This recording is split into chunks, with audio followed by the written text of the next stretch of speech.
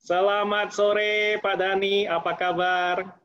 Sore-sore yang kali ini baik banget nih, baik sekali. Wah, Pak Dani kelihatannya sangat cerah banget ini. Sepertinya PSBB ini tidak berdampak ini pada Pak Dani. Nah, bagaimana sebenarnya ini? Apakah PSBB ya virus corona ini berdampak terhadap Pak Dani enggak?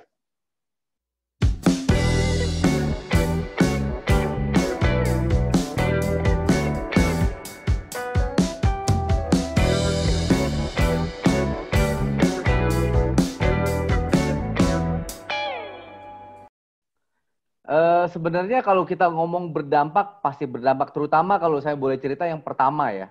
Yang pertama itu dimulai dari bulan Februari mulai ada corona masuk dan Maret sudah mulai. Bisnis saya sebenarnya adalah bisnis untuk supply ke pabrik-pabrik spare part mesin, pabrik-pabrik itu di bulan Februari pada saat di China lagi kejadian, saya kontakkan dulu sama mereka dan saya pikir tidak akan ada sampai sini. Lalu ternyata sampai juga gitu kan di bulan Maret kita kena dan saya harus meliburkan karyawan saya, bisnis juga stop berhenti ya pada saat itu ya. Pada saat itu berhenti, nggak bisa ngapa-ngapain, saya bingung di rumah, galau-galauan. Tapi sampai di titik di mana saya menyadari bahwa ya itu kan sesuatu yang normal. Perubahan. Kita dulu juga umur 17 bisa lari kenceng, lompat-lompat tinggi gitu kan. Sekarang udah nggak kuat, pinggang-pinggang bisa sakit ya Anggal ya. Jadi saya pikir udahlah saya terima perubahannya di mana kita harus diem di rumah. Tapi apakah hanya diem? Jadi akhirnya saya banyak introspeksi diri dan ternyata hal itu adalah hal yang terbaik yang dilakukan dan sekarang saya ngedengar kata PSBB, so bukan coronanya, saya tidak pernah underestimate untuk coronanya. Memang virus itu ada, kita harus jaga protokol kesehatan selalu jaga. Tapi untuk PSBB-nya ya nggak apa-apa, gitu loh. Artinya berdiam di rumah pun ya sudah bisa menerima ya, sudah bisa beradaptasi ya. Nah, ini bagaimana caranya ini Pak Dani itu bisa beradaptasi, kemudian ya tentu kalau kita berbicara, saya diam di rumah saja oke, tapi bagaimana dengan keuangan keluarga? Kan dapur harus ngebul terus, ya toh. Tadi Pak Dani sudah mengatakan di awal, pertama kali PSBB itu juga galau, kemudian bisnisnya juga berdampak. Nah, kira-kira apakah kita bisa beradaptasi, bisnis kita bisa beradaptasi, yang sudah turun itu bisa kembali lagi naik atau bagaimana ini? Nah, ini mungkin bisa diceritakan Pak Dani. Oke, wah pertanyaan menarik sekali Uncle. Jadi pada saat itu yang saya pelajari, jadi step-stepnya dulu ya. Pada saat lagi diam gitu kan, akhirnya saya introspeksi diri, belajar apa kekurangan di bisnis saya yang utama. Saya pikir, oh kita mesti rubah gini. Oke, kita bikin semuanya tuh. Blueprintnya bisnis untuk kedepannya seperti apa. Karena kita berpikir adalah PSBB itu sementara dan virus corona sementara hilang gitu kan. Jadi kita berpikir panjang selama mungkin 2 mingguan saya berpikir, saya bikin semuanya. Tapi kok nggak kunjung hilang gitu ya. Lalu akhirnya saya baca buku macam-macam saya baca. Buku-buku sampai baca buku tarot saya baca. Terus baca buku-buku komik, buka lagi buku-buku diary yang dulu-dulu, bacain, lihat-lihat. Terus saya pikir, ini kalau saya diem terus, nggak ngapa-ngapain, bisnis masih kayak gini, kita semangat sekali gitu. Karyawan kan dirumahkan ya. Dirumahkan, kita sempat sih ada bolak-balik karyawan masuk. Tapi gimana gitu loh. Kok kalau keadaan kayak begini terus, karyawan kan penghasilannya juga kurang. Kita sih kurang, tapi mereka lebih kesian. Ya enggak? Jadi saya pikir, oke, coba buka lagi informasi yang dulu-dulu saya pernah berpikir. Nah, sempat kepikiran yang ide dulu banget. Saya pernah pikir di tahun 2010-2011 itu, saya pernah berpikir untuk membuat pengiriman barang, di mana zaman dulu itu kan masih ada pengiriman hanya yang next day ya, besokannya sampai atau 2 hari 3 hari sampai. Akhirnya saya pikir dulu itu saya bikin pola di mana pengiriman itu bisa nyampe di tepat waktu dalam waktu beberapa jam. Nah, Saat itu saya terlalu terlena dengan bisnis saya yang kemarin, yang pengiriman barang, yang industri. Nah, pengiriman barang ini nggak pernah terpikirkan lagi. Sampai akhirnya di bulan Februari, Maret itu, iya ya, kan sekarang lagi rame juga, kenapa saya nggak buat coba? Akhirnya kita mulai buka, mulai dipikirin pada saat itu, mulai pikirin, dan tepat di hari Waisak, tanggal 7 Mei itu kan lagi liburan tuh, kita open bisnis untuk pengiriman barang. Dan ternyata respon dari masyarakat luar biasa, karena sekarang ini kan banyak emak-emak ya, ibu-ibu yang buka-buka PO, makanan gitu, kirim-kirim ke tetangga. Dan mereka itu banyak yang ketakutan keluar rumah. Dan selain itu juga mereka mungkin nggak punya kendaraan buat keliling, minta suaminya untuk keliling juga suaminya mungkin nggak mau gitu kan. Jadi kita pikir, wah ini bisnis yang bagus, kita jalan, dan responnya luar biasa. Jadi akhirnya kita bisa masuk ke dalam bisnis itu. Nah sampai hari ini bisnis itu tetap berjalan, dan saya mau PSBB mau enggak, jadi masih santai gitu. Wah, keren ini, luar biasa Pak Dhani, memang hebat banget. Jadi satu pintu sudah hampir tertutup ya, nggak bisa terbuka lebar karena khawatir virusnya masuk. Di pintu lain ya terbuka, nggak khawatir ya, artinya pintu bisnis yang lain. Nah, tapi itu kan ide dulu sebelum ada GoSend sama Grab begitu. Nah, sekarang kan ide itu sudah direalisasikan sama GoSend, sama Grab seperti itu. Nah, kenapa Pak Dhani masih berani untuk mengeksekusi idenya itu? Apa sih bedanya? Kemudian apa yang menjadi pertimbangan sehingga wah ini masih oke nih, masih layak. Nah, kira-kira apa yang menginspirasi Pak Dhani? Justru mereka-mereka itulah yang menginspirasi saya. Dari dulu saya malah kaget gitu kan, kok ada, tadi saya nggak mau sebut merek ya, tapi nggak apa-apa kalau boleh sebut merek. Kalau kayak Gojek gitu, kok bisa sama idenya waktu itu ya, gitu kan. Akhirnya lihat-lihat mereka seperti ini, dan ternyata pada saat itu saya berpikir ya, kalau saya saat itu jalan sendiri, mungkin nggak sebesar sekarang.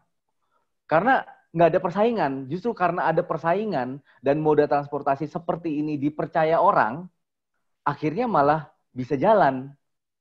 Jadi akhirnya saya masuk. Nah, apa bedanya saya dengan mereka?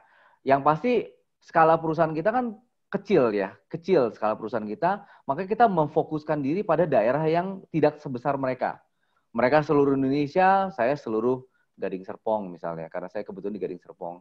Tapi kita sudah meluas sampai ke daerah Tangerang Selatan sekarang. Kota Tangerang, Tangerang Selatan, beberapa daerah yang ramai-ramai kita udah masuk di dalam situ. Dan kita bedanya satu lagi adalah kita nggak mengangkut orang, kita hanya mengirimkan barang.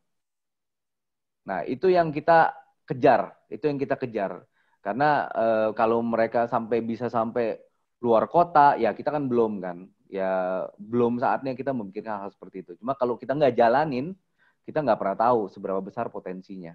Gitu, Uncle. Wah, keren banget ya mindset-nya ini, udah memang mindset ini orang sukses ini. Justru kita harus berterima kasih pada yang duluan membuat jadi satu lifestyle ya, di mana satu perubahan orang ya meyakinkan mereka memakai jasa ini ya kan, kemudian menjadi satu lifestyle-nya, kebutuhan mereka, kemudian ya kita tinggal ikut bermain aja di dalamnya di sana itu, bagaimana untuk mengisi ya ruang-ruang yang mungkin nggak terjangkau sama mereka. Wah ini luar biasa sekali, wah hebat sekali Pak Dhani. Nah tentu setiap bisnis, apalagi ketika kita memulai di awal, itu pasti kan terjadi nggak segampang itu ya.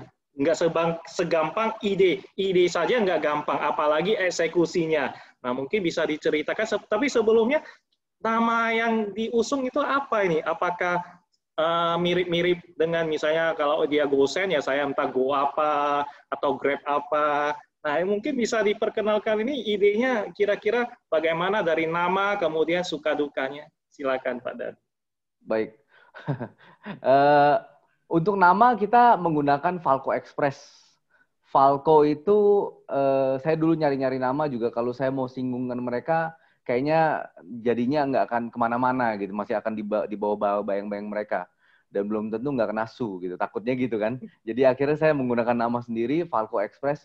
Ternyata burung yang tercepat di dunia itu namanya falco, burung falco. Jadi setelah saya browsing, oh, oke, udah Falco, burung tercepat, Express lagi kan. Jadi kita ngejarnya ke arah sana dan nama itu ternyata tanya-tanya teman-teman, boleh boleh juga. Oke, nah itu saya jalanin.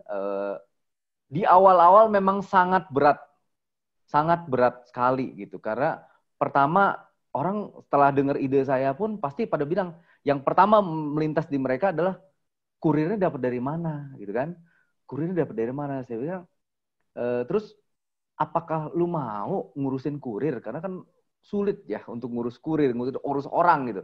Ngurus diri sendiri aja susah gitu kan, gimana ngurus orang gitu kan. Jadi yang pertama saya jalanin adalah saya menggunakan waktu kosong di kantor saya, yang harusnya tadi kan saya cerita bahwa anak-anak kantor saya yang utama diliburkan.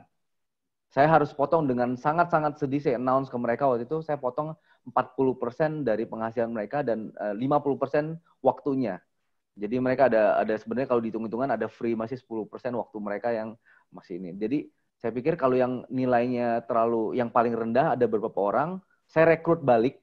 Saya bilang, mau nggak kalian saya kasih kesempatan buat dapat penghasilan lagi, tapi bisnis yang ini.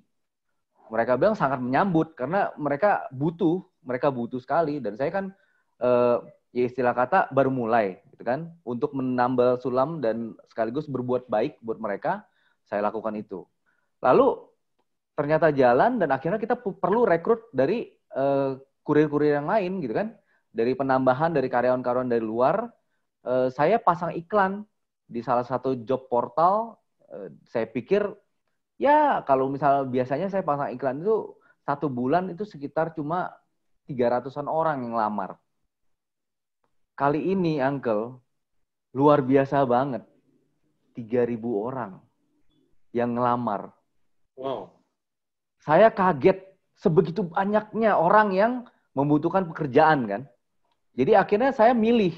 Dan akhirnya saya interview banyak banget orang dan saya bilang sama mereka bahwa ini adalah kesempatan. Saya buka ini salah satunya adalah buat saya memberikan kontribusi daripada kita galau-galauan sendiri di rumah. Satu adalah ini peluang bisnis, kedua adalah kontribusi balik untuk berbuat kebaikan kepada mereka yang mengalami PHK massal, terus mungkin pekerjaannya yang membuat mereka di rumah aja gitu kan dan tidak bisa bekerja. Jadi saya kasih kesempatan buat mereka dan mereka sangat-sangat terbuka dan mereka mau bantu kita. Nah ini awalnya. Mungkin ada beberapa orang juga kriterianya yang kurang pas di kita, kurang pas atau mereka kurang pas. Jadi ada keluar masuk. Kita menggunakan sistem yang agak berbeda dengan Gojek atau Grab karena mereka itu udah advance pakai aplikasi. Kita masih menggunakan WA, sistem WA. Kita masih menggunakan admin. Saya pikir wah gimana mau ngelawan gitu kan ya. Tapi emang kita nggak rencana ngelawan. Kita hanya untuk seperti Angkel bilang mengisi di mana mereka tuh belum mengisi. Dan ternyata surprisingly banyak orang yang suka dengan admin ini. Jadi suka banget dengan sistem admin karena mereka lebih fleksibel dan kita friendly. Seperti kita punya customer service yang bukannya mesin. Kita ini kan hidup udah terbiasa dengan mesin ya. Mau apa, ketik iya atau enggak, pilihan cuma gitu doang. Kalau ini kan enggak, ditanya sama adminnya, dikasih tahu, lalu ya mereka suka banget. Sampai akhirnya kita bilang, kita decide, kita mesti grab juga market orang-orang muda. Anak-anak muda tuh nggak mau ngomong sama orang. Mereka maunya sama aplikasi. Jadi kita juga bikin aplikasi sekarang, tapi yang existing customer, mereka nggak mau. Mereka bilang, jangan dong, saya maunya sama admin. Gitu kan? Oh ya udah, kita tetap akan ada admin. Nah, dukanya lagi, kadang suka saya sedih dengan mereka-mereka yang ternyata kemarin kan ada sempat, walaupun belum musim hujan, ini udah mulai hujan gitu kan. Jadi saya bilang sama mereka, oke, mulai dah hujan-hujanan, tapi saya akan siapkan semuanya. Jas hujan kita siapkan. Dan mereka nggak perlu bayar. Di kita yang kasih. Jas hujan nggak usah perlu bayar. Tas nggak usah perlu bayar. Masker, sarung tangan, bahkan kita kasih siapkan vitamin C dan juga krim untuk supaya nggak kepanasan, itu semua kita yang supply. Dan kita tidak menerapkan sistem full 100% komisi seperti yang mereka lakukan. Kita adalah karyawan, kita adalah memberikan subsidi gaji untuk mereka juga. Seperti itu. Jadi timbal baliknya lumayan dan sampai saat ini kita cukup solid untuk di Falco Express. Wow. Seperti itu, Uncle. bagus banget. Nah, kalau begitu, kira-kira tiba-tiba kan disambut sama market ya, sama user ya, pengguna. Apa sih kelebihannya sehingga menurut Pak Dhani kok mereka sambut positif ya? Kemudian mungkin ada beberapa testimoni atau apa. Apa sih keunggulannya? Kenapa mereka itu berlomba-lomba dan pengen memakai Falco Express? Kita sih seperti saya bilang tadi, kita salah satunya adalah kita penggunaan kita admin ya. Admin kita ada dan kita welcome kalau misalnya ada masalah atau apa bisa diajak ngomong. Lalu kita lebih adaptasi kalau misalnya ada perubahan seperti ini, packaging rusak atau apa kita langsung bisa siapkan. Lalu misalnya ada waktu-waktu tertentu kalau kayak Gojek itu kan mereka kan pick up-nya satu-satu. Kalau kita kan pick up-nya mau 5, mau 6, ntar kita yang ngatur pembagiannya pengiriman. Itu cukup menarik buat mereka. Di luar dari harga kita yang di bawah mereka 50%. Sekitar 50-60% di bawah mereka. Seperti itu. Wah, luar biasa ya. Nah, Pak Dhani ini tadi kan sudah sebutkan, ada terjadi penurunan di bisnis utamanya setelah PSBB ya, menjelang PSBB dan setelah PSBB. Tentu dengan bisnis yang baru ini, yang Falco Express, itu kan pertumbuhannya kan nggak mungkin langsung bisa menutup. Ibaratnya yang utama itu kan pasti jatuhnya jauh lebih ini dibandingkan yang baru mau merintis seperti itu. Apakah hanya berhenti di satu Falco Express atau dalam proses belajar dan introspeksinya masih ada lagi kepikiran hal yang lain?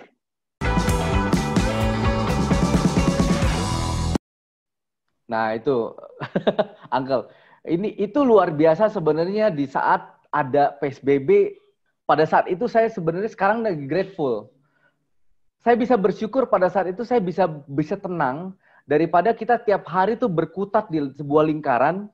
Ya kan kalau misalnya kayak red race ya, muter-muter begitu aja dan akhirnya kita nggak punya ide buat yang lain. Dan pada saat itu saya bisa punya ide macam-macam dan bisa implementasi juga. Ada bisnis kedua, Uncle, yang saya lakukan saat ini. Jadi, bisnis saya yang kemarin yang utama adalah supply untuk pabrik tekstil, filter-filternya. Dan selain itu, saya juga masuk ke makanan, food industry, lalu saya masuk juga ke pabrik-pabrik plastik. Nah, di kala itu, customer banyak yang dari pabrik plastik ke kita. Dan saya lihat trennya online kan, semuanya online shop. Itu semua marketplace tuh gila-gilaan jualannya, ya kan? Apapun yang di online, WhatsApp aja gila-gilaan, Instagram gila-gilaan. Dan akhirnya saya pikir, orang pada jual makanan. Kalau saya jual makanan saya nggak enak. Gitu. Yang ada malah diomelin orang gitu, keasinan, kepedesan gitu kan. Terus saya bukan orang yang ngikutin tren dan mau cepet-cepet gitu ya, bisa basi kan. Jadi saya pikir, oh kenapa saya nggak pikir packaging? Nah, lalu udah sini celing packaging, di sini celing. Ya ampun kok gue bodoh amat gitu. Dari kemarin-kemarin kenapa nggak kepikiran? Itu kan customer saya banyak. Pabrik-pabrik botol, pabrik-pabrik yang packaging makanan, plastik, semua itu yang gede-gede banyak customer kita. Jadi saya tinggal kontak mereka dan ternyata mereka lagi sedang overproduction. Di saat PSBB mereka bukan berhenti. Mereka overproduction, over request, sampai mereka mesti nahan-nahan orderan. Dan saya telepon sama mereka, ada nggak barang-barang yang bisa kita ambil? Dia bilang, ya boleh Dan. Kemana aja lu? Malah begitu ya saya. Akhirnya saya ambil beberapa, dan dengan harga yang sangat-sangat bagus, harga pabrik, saya mulai penetrate ke market. Salah satunya di online ya. Kita online utama kita sekarang, dan di online itu tiap hari sekarang. Nanjak terus. Jadi orderan itu selain Falco Express sudah menjadi sebuah perusahaan, jadi PT, untuk yang pengiriman, yang packaging makanan itu sekarang kita main di online. Jadi ini nanjak dan Falco Express juga menutupi lah. Dan keunggulan saya adalah saya punya 2, pengiriman packaging makanan ini kan ada yang bulky ya. Angkal kayak botol-botol gitu kan nggak boleh kepencet kan. Kalau kita pengiriman pakai menggunakan jasa-jasa angkutan yang lain, itu ada komen, atau kadang kita pernah dapat di Tokopedia itu kita kena fine 400.000. Orderannya hanya 60.000. Kita kena denda 400.000 karena kirimannya itu over dimension. Nah, di Falco Express kita nggak pernah nentuin dimension. Jadi mau sebesar apa saya bisa kirim untuk jangkauan di daerah Tangerang. Nah, itu setelah kita combine luar biasa sekali itu powernya. Jadi itu dua yang sedang saya kembangkan. Bentar lagi juga kita ada pengembangan baru lagi untuk dua ini, tapi ya masih di dalam ruang lingkup yang makanan dan pengiriman seperti itu, Uncle.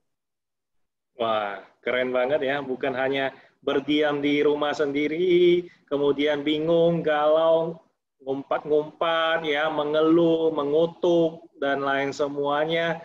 Wah, ini malah bisa kesempatan untuk refresh, untuk memikirkan, mengeksekusi ide-ide, ataupun belum ada ide tiba-tiba muncul. Saya yakin ini berikutnya pasti banyak ide-ide lagi yang muncul. Tentu Pak Dhani juga nggak berharap virus coronanya makin lama berakhir, enggak kan? Jangan, jangan. Saya pengen berakhir dong dengan berakhir kita. Tapi secara nyata ya, Uncle ya, namanya virus ya. Gimana? Nggak mungkin bilang sih, Uncle. Itu yang kita ngerti ya. Maksudnya virus nggak akan pernah hilang. Kayak virus influenza itu kan nggak pernah ada. Cuma nanti ke depannya mungkin dengan gaya hidup yang berbeda, lalu ada vaksin-vaksin, jadi kita bisa lebih kebal. Paling gitu aja. Dan itu yang saya sadari pada saat itu adalah mau sampai kapan kita menolak kedatangannya si virus. Kalau sambil terus-terusan kita deny bahwa ini nggak ada, dan kita mengharap suatu saat matahari bersinar lagi, seperti dulu kita keluar seenak-enaknya, kita berharap terus seperti itu, yang ada kita nangis. Ngitungin hari, ngitungin jam, kok nggak hilang-hilang ya? Kok begini ya?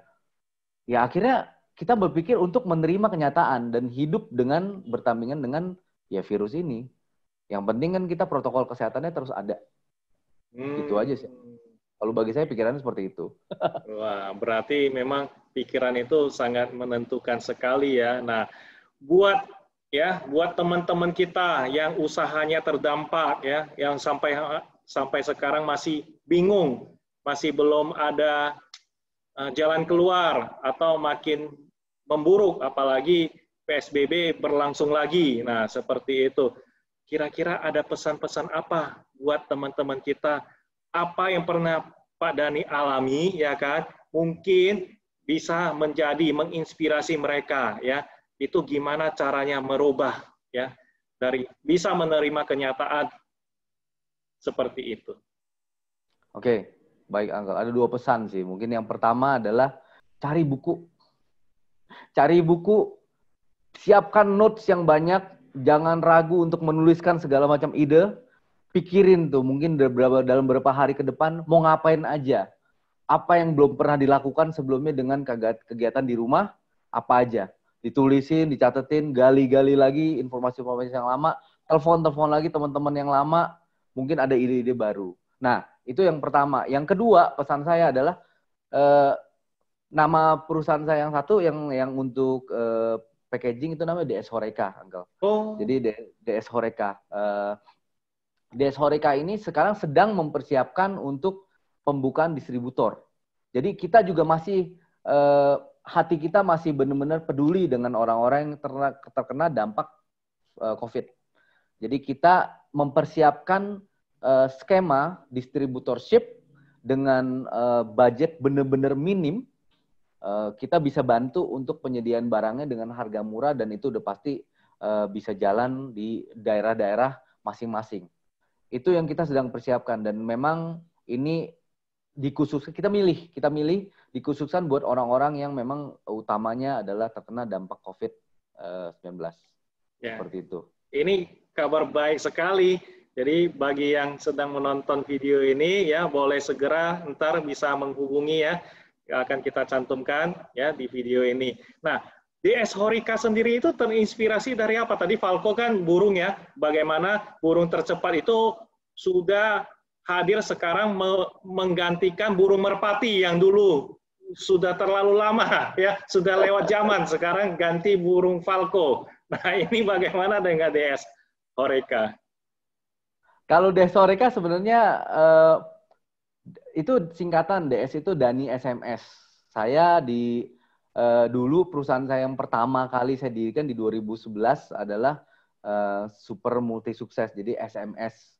Sekarang pun perusahaan saya yang terakhir yang untuk mesin-mesin spare part itu adalah sukses mulai seimbang, jadi SMS juga. Nah, DS itu Dani SMS. Nah, Horeca adalah singkatan dari Hotel Restoran Cafe.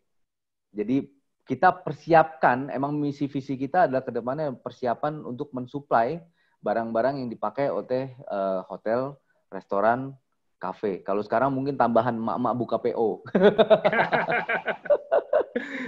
Ya, seperti itu, Uncle. Dulu juga saya pernah jualan ke restoran Horeca ini, tapi kebetulan memang mungkin strategi kurang, jadi kita tuh terpaksa menutup untuk bisnis itu waktu itu. Oke, ya sangat menginspirasi Pak Dani, ya. Jadi bisa antar di SMS atau di WA, ya, atau bisa di DM, ya. Itu apapun itu bisa. Yang penting ada niat, ada tujuan. Semuanya kita akan saling bantu, saling bahu membahu. Bagaimana bisa keluar dari krisis ini, keluar dari pandemi ini, tetapi tetap di rumah, ya. Kita ikuti protokol. Kalau PSBB ya udah PSBB kita. Nah, bagaimana makna PSBB? Mungkin dalam satu kalimat buat Pak Dani. Kalau dari kita kan ada judul kita yang tema yang kemarin ditanya ada PSBB why not? Karena saya punya pandangan sendiri PSBB itu singkatannya apa. Dan ini sangat menarik karena saya selalu berpikiran PSBB dan saya harap teman-teman yang menonton ini juga berpikiran untuk PSBB. Selalu harus dilakukan PSBB. Tapi PSBB-nya apa? PSBB saya versinya adalah pastikan selalu berbuat baik. Wah, itu luar biasa. Berarti kita harus Horeca. Wah. Terima kasih Pak Dani atas kesempatan di sore hari ini. Ya, kita akan ketemu lagi di episode berikutnya. Sampai jumpa. Ya, terima kasih. Sampai jumpa.